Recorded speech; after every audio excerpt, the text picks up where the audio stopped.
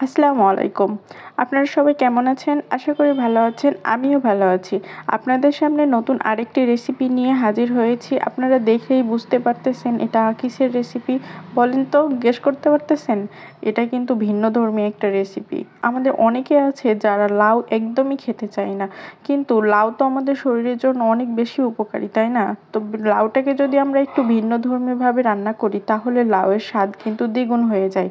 তাই আমি এখানে আপনাদের লাউয়ের একটা ভিন্নধর্মী রেসিপি নিয়ে হাজির হয়েছি। এই জন্য এখানে আমি প্রায় 1 কাপ পরিমাণ চিকেন নিয়েছি। চিকেনটাকে ছোট ছোট করে পিস করে নিয়েছি এবং এখানে নুন, হলুদ এবং লেবুর রস দিয়ে কিছুক্ষণ মাখিয়ে রাখবো। মেরিনেট করে রাখার কিছুক্ষণ পর চিকেনটাকে আমরা ফ্রাই করব।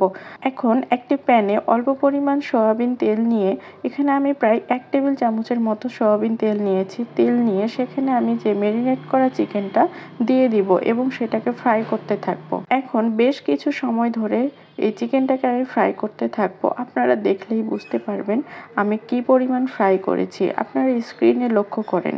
আপনারাও ঠিক এইভাবেই ফ্রাই করবেন। খুব বেশিও ফ্রাই করা যাবে না, আবার খুব কমও ফ্রাই করা যাবে না। চিকেন দিয়ে এভাবে লাউ রান্না করলে আমার কেন জানি অনেক বেশি ভালো লাগে।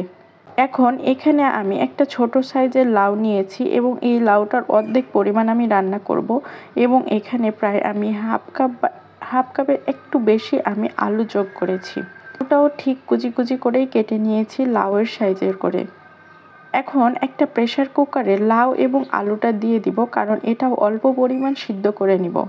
এই জন্য এখানে আমি প্রায় হাফ টেবিল চামচ করে মশলা দিয়ে দিচ্ছি। রেগুলার যে মশলাগুলো ইউজ করি সেগুলোই: লবণ, হলুদ, ধনিয়া গুঁড়া, তারপরে হচ্ছে একটা কাঁচামরিচ।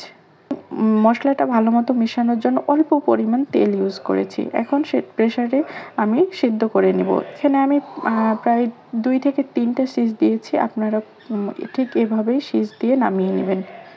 সিদ্ধ করে নেওয়ার পর আরেকটি পাতিলে আমি এখানে তেল গরম করে নিয়েছি এবং পরিমাণ মতো পেঁয়াজ এবং রসুন দিয়ে দিয়েছি। অল্প একটু ফ্রাই হয়ে আসবে তখন আমি এখানে দিয়ে দিচ্ছি পরিমাণ মতো লবণ, হলুদ এবং ধনিয়া গুঁড়া এবং একটা কাঁচামরিচ। আমি এখানে পুরো রান্নাটাই কাঁচামরিচ দিয়ে করেছি। আপনারা চাইলে গুঁড়া মরিচ দিয়েও করতে পারেন। আমার কাছে কাঁচামরিচটা বেশি ভালো লাগে, এই জন্য আমি কাঁচামরিচ দিয়ে রান্নাটা করেছি। এখন পেঁয়াজটাকে আমি ভালো মতোভাবে কষিয়ে নিচ্ছি। মাংসের পেঁয়াজ যেভাবে কষিয়ে নেয় আমি ঠিক এভাবেই পেঁয়াজটাকে কষিয়ে নিচ্ছি। পেঁয়াজটা যখন কষানো হয়ে যাবে তখন এখানে ফ্রাই করে রাখা চিকেনটা দিয়ে দিব। এখন চিকেনটাকে দিয়ে ভালো মতোভাবে কষিয়ে নিতে হবে। খুব বেশি কষানো যাবে না, কারণ চিকেনটা তো আগে থেকেই ফ্রাই করা ছিল। এই জন্য অল্প পরিমাণ কষিয়ে নিব এবং একটু যখন কষানো হয়ে যাবে তখন সিদ্ধ করে রাখা লাউ এবং আলুটা দিয়ে দিতে হবে। তাইলেই রেডি আমাদের এই নতুন রেসিপি। কেমন লেগেছে আপনাদের অবশ্যই আমাকে কমেন্ট করে জানাবেন কিন্তু। আসসালামু আলাইকুম।